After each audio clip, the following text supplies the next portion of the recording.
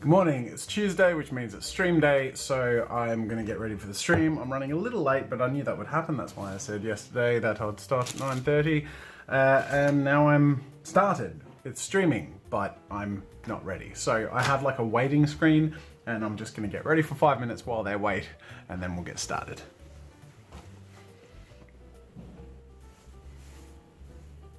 One, oui. Baguette, oui. By the way, a lot of people pointed out that this is a Cole's baguette. That is true. And it is one that I love. At least it is the only one I have access to, because we do not have baguettes very commonly in Australia. Australia? It's gonna be a long stream.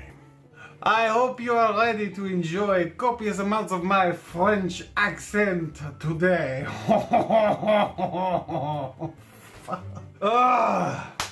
Who's ready? Who's ready for a little bit of fun? Ooh, we have 1,000 people. 1,000 people today watching me be an idiot. Hey people. Alright, let me just mention something to the stream and the vlog right now. Regarding making a sequel or streaming live or living up to expectations, right? So every time I stream, I have zero expectations and I have zero plans. And that's because when you do it that way, you sometimes stumble upon pure gold, right? So when we did Passepartout Part 1, the way it ended with the knife to a fidget spinner and the critic and all of that, like, it was so golden, and you just can't plan that stuff. So my philosophy when it comes to streaming and improv is to just have zero expectations and to try and feel zero pressure to perform. That being said, this is going to be part 2, or Passepartout Part 2,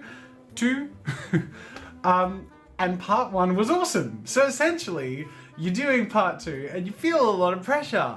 But you just have to put that aside and you just have to say to yourself, just try and have some fun and improv and just go with the flow and see how you go. And that's what I'm going to do today. So wish me luck. Wish me luck. Okay, I've just wrapped up the stream. It took a little longer than I expected. It's now 12 PM. I do have to move quickly on to the rest of the activities so I can get tomorrow's video done. But all I can say is that was amazing. And again, coming down to like what I just mentioned before about not having any plans and sometimes things just go better than you could have ever planned them. Yeah, that so much. It was amazing. We actually finished Passepartout's journey and it was a bit of a slow start, but you just roll with it, have fun, and it was really cool at the end. It sort of really tied up. So I think with a bit of a solid edit, it'll come together to be as enjoyable as part 1, which a lot of people loved. All right, I'm gonna move on. I've got a lot of stuff to do. All right. Now, while I'm copying the files to my computer, which by the way, the camera file alone is like 91 gigs. So that's the cost of filming in higher resolution. There are a couple of unboxings I get to make. The first is one I'm really looking forward to checking out for the first time in person and sharing and showing off to you guys. Oh man, and they got here quick too. We have some shirt arrivals. There you go. Once again, comes in different colors, but I wanted to get the less obnoxious one on a less obnoxious color. Yeah, alrighty. Okay. Here we have the innuendo shirt. Oh yeah, on a little bit more of a loud color, because I'm making a bit more of a loud statement. Then we have this shirt. Would you look at that? Oh wow, I really like the way that turned out. See what I did there? The Choose Wisely shirt. This is really cool. I didn't intend for this to be a shameless plug because I was just opening the mail. But hey, shameless plug. If you like these shirts, go check them out. The link's in the description to the shop page. Of course, anything you get is a huge support to me and my family and channel and all that stuff. But beyond that, like these are shirts I'm making because I love making stuff that I can enjoy. It's the same reason I made the app and my book. It's stuff I like making because I love that stuff. So I really hope that any of you who get these shirts get them because you love them and want to wear them all the time, because I'm gonna. Okay, oh, and the other unboxing is something I'm super, super excited about.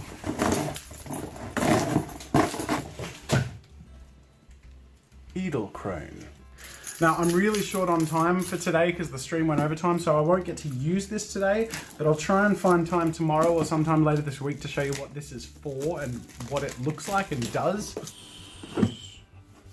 Ooh. So I get the feeling that this is going to arrive in parts because there are other parts to this kit, but this is just the main slider part.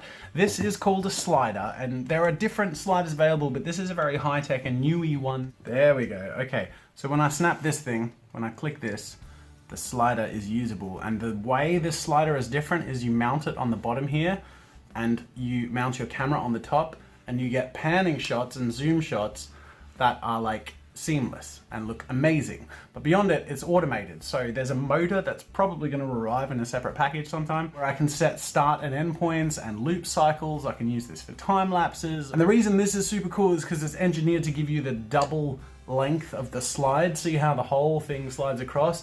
Normally sliders have like a bar and the slider goes from left to right and the mount stays in the same place. Whereas because this whole thing moves, you actually get double the length on the left, double the length on the right, which means it's lighter weight, more portable, and just overall cooler. All the other stuff that's going to come with it, the motor and the focus module and all that stuff, also work with an app, and it's just going to make basically content I can make like totally upper tier. So alongside my camera and my mixed reality rig, for example, it will look like I have a camera crew doing these cool automated sliding shots while I'm using virtual reality in mixed reality. Things like this are going to up the production value of mixed reality and really ambitious content I have coming up, like to a whole new level, and it's going to be incredible, and I can't wait to show you. It's funny how such a simple motion from a cinematic perspective makes such a huge difference. Anyways, that's all I'm going to show you for now, because A, the other parts haven't gotten here, and B, I don't have time. So I'm going to finish up the script I have for the virtual reality animation video I'm doing today, and then I've got to go film it. All right, I've written my script, and I'm going to record the video for tomorrow. I'm hoping things go really smoothly because I have to record all the VR stuff immediately after this, so I'm going to do this reasonably quickly, but I'm just really hoping it all comes together. So basically the way the video is going to work is I'm going to start off and finish off as me presenting in this space, but I'm also going to step out and allow the VR 3D characters to sort of pop in and take over, and there'll be a few skits and blah, blah, blah. So I'm hoping that the way that I play off and lead into them and all of that just fits nicely, because it's going to be really hard and near impossible to re-record and fine-tune things. So I'm just hoping for a lot of luck. The way 3D animation is produced is the way 3D animation is produced is about to change forever. And today I'm going to tell you what. Dude, seriously, just wait. It's not your turn yet. And today I'm going to tell you why. And I'm going to show you how. Okay, it's showtime. I have my VR set up ready to go.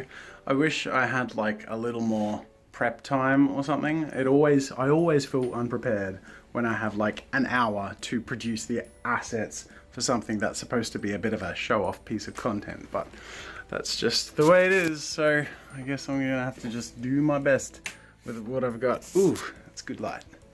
Anyway, I've set up a little mic stand with a harness on it here because there's a portion of the video where I'm going to capture the creation to sync it across with the footage of the actual animated character, so I can show a direct comparison of me making the animated character move next to the animated character moving. So that's what this is for. Oh, shut up, Captain, and go marry your reflection already. So, what's the big deal? Well, basically, I'm not actually really animated. I'm being puppeteered. Okay, I've done as much as I can. Unfortunately, I didn't get to do the whole script, so I had to sort of improvise around my time limitations. I got about I got the essence of it there, and I got about 2/3 of my original script in there. It's not the greatest script in the world anyway, so it doesn't really matter, but I'm hoping the execution works well. That's what I'm particularly nervous about. Anyways, I do have to wrap up because I have an appointment to get to, and then I'm going to be going to the gym after that, and then I have to edit tonight because I won't be working tomorrow because I'm going to the city for a bunch more appointments. So, trying to fit everything in like a madman.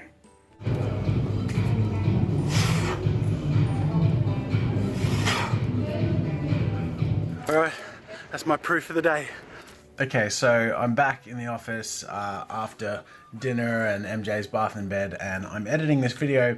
I'm going to be working for a couple of hours tonight because I'm not working tomorrow, as I mentioned. But at the moment, I'm into the editing and I'm having a lot of fun with this. This is so cool. And this video is just like the taste test video as to how this animation puppetry program works. But in the future, oh man, there are so many cool things we can do. And the first thing I want to do when I get a chance, again, through mixed reality and when all my studio's set up and stuff, I want to make like a choose your own adventure with you guys live on Twitch. So I want to like set up the opening scene and make it, and then lay out like 3 or 4 options, give it to you guys to vote on it, then progress the story, make a couple of scenes, then do the same thing step by step until we have like this full story arc. And then at the end of the whole project, I'll release 2 separate videos. One which will be like the making of process, which will be more of an entertaining sort of, haha, this is how we did it, you know, behind the scenes. And then the other one will just be the movie. We'll release the movie as like a standalone little movie on the channel. It should be really fun. Anyways, this is progress I've got so far, where I open up as me and have a slight interruption from some of these characters. Today I'm going to tell you. Seriously? It's not your turn. Just wait. So it's difficult to try and get all the timing and everything to match up well, but I'm pretty happy with that. And then now, after that, I sort of pass it on to a presentation between these people. And my process now is basically applying the green screen and timing these clips to go in one after the other so that they feel like they marry into each other nice and neatly. Do you get it? Because I'm beautiful and I'm from the future. Ha ha! Oh, shut up, Captain, and go marry your reflection already. So, what's the big deal? So this is what the raw video clip looks like, and there's a chroma key that I've sort of set up that I think looks pretty decent. It could use slight tweaking, but that does a pretty good job. Now, do keep in mind, I'm gonna do some color tweaking in the background, and I'm gonna create sort of a light shadow behind each of the characters so they feel more present. But just for now, for editing, I'm just sort of positioning and doing really rough stuff before I come back later for the refinements. So this guy is gonna come in like that, so his clip will sort of start there. I'll time it in a way so that he walks on when this girl walks out, like that. Statistically speaking, this is the point in the presentation. Alright, I've been hacking away at this for hours now. I've made good progress. I'm in the end zone. Is that a word? I don't know. It's late. It's like 11:30 p.m. So I'm trying to wrap it up and the finish line is in sight. But there is this one thing I wanted to show you, which is just the same thing that I showed in the vlog earlier of me recording that thing with the VR headset on, but this time in context with that next to the puppeteered character. And you can see the direct comparison between the puppeteering and the animated character. And it's really fun to see them directly next to each other. Well, basically, I'm not actually really animated. I'm being puppeteered. The cool thing is it's kind of like motion capture, except without the big budgets and the studios and all that space you need. It's just me and a VR headset. Cool, huh? Alright, it's 1:45 in the morning. It's time to wrap up. I'm not even entirely finished. I have the music track to add, but I'll do that in the morning. So I'll wrap up with a quick question of the day. Family Lamb 6 says, "Hi Jazza, I'm from Europe. I've never been to Australia. I was wondering how you cope with the dangerous spiders and snakes around your house. I've seen too many Discovery Channel documentaries." I don't have many around my house here, but when I grew up out in the country, we did have a poisonous snake sort of show up once every year or two. My dad just sort of went out with a shovel and chopped its head off. I don't know. I don't think we make a big deal out of it. You either kill them or ignore them, or, you know, try and not let them kill you. Anyways, thanks for watching, guys. I'll see you tomorrow.